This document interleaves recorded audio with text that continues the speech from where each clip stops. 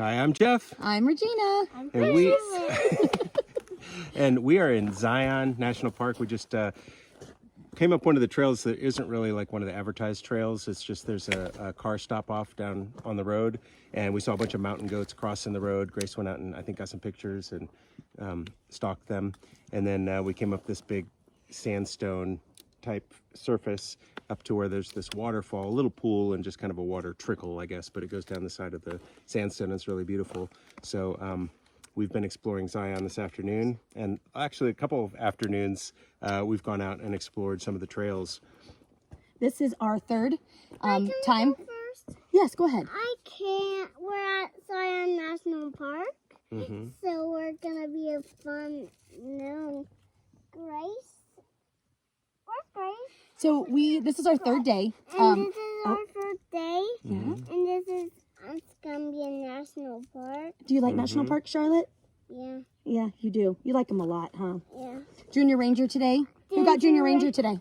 I got it. Yes, Grayson and Christian, and Charlotte always likes to try to help. We are here April 3rd through the 14th in that time frame, and I know there's always a lot of talk about Zion being so busy, hard to get in. I will say there are a lot of people here. Shuttle service is fantastic, but we have been entering from the east entrance because it's closer to where we're staying, and that is a gorgeous drive on the Zion Mount Carmel Highway. Beautiful scenic drive. It's just grand as you drive into the park, and so that has been beautiful, being able to drive in and out of that, as well as with the tunnel. But I would say we have been coming in the afternoon, sometime between 3 and 4 is when we have been arriving, and staying through the evening and through sunset. And sunset's different in the canyon. In the canyon, the sunset is more looking at the colors that the rock changes. I guess the colors changing on the rock versus an actual sunset, since we're in a canyon.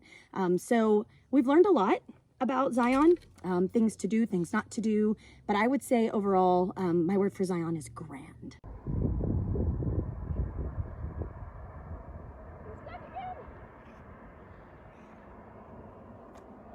Yesterday we hiked up to the Emerald Pools. There's a lower, middle, and upper.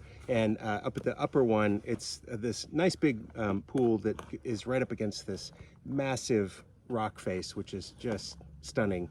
And then it's a pretty steep hike in parts, but definitely our whole family did it. It was not a problem, but just beautiful views from multiple different spots along the trail. I think it's 3 miles. 3 miles round trip, and man, it's a great trail. All right, Sawyer, where are we right now? The Lower Emerald Pool. The Lower Emerald Pool.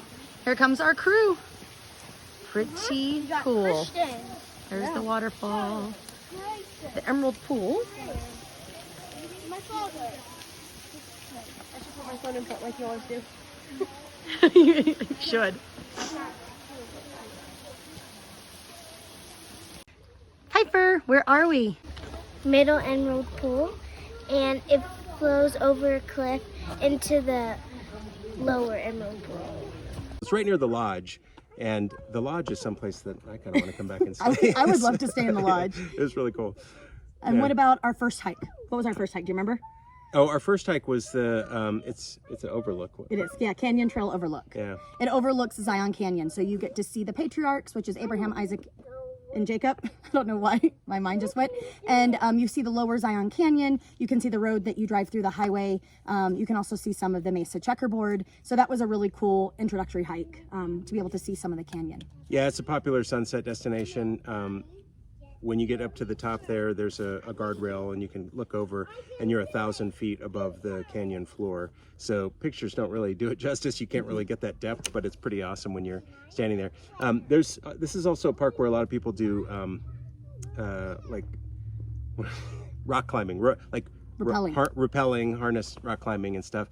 And then there's the Narrows, which we didn't get a chance to do. It's, I think, an 8-mile hike, and a large portion of it is walking through a canyon, a very narrow canyon, through the water. You have to walk through the water. So if you do it like through I think there's a place that rents waders and stuff like that, so you don't have to walk up with soggy shoes, but it looks pretty cool. We definitely want to come back, and there's a lot to do in Zion. Some of the national parks, you can definitely hit them in one day. Zion's one of those that you could spend a long time, because there's a lot of trails that are, there's the main trails, but then there's a lot of just pull-offs, and then you can just walk down into the woods, go up into the you know, into the mountains or whatever, and there's not a lot of people. We haven't run into anybody since we've been on this trail, and we've been out here for about an hour just kind of exploring.